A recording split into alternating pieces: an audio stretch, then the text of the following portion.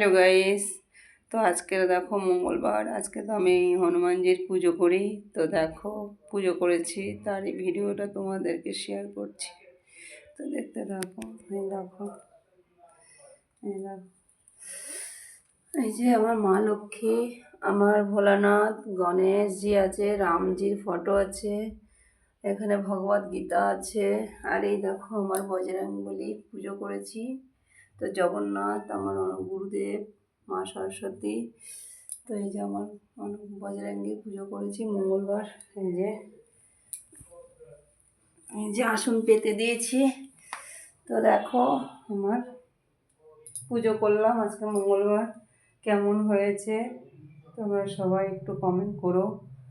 ভালো লাগলে ভিডিওটা পাশে থেকো, সাপোর্ট করো আমাকে একটু, আমি নতুন।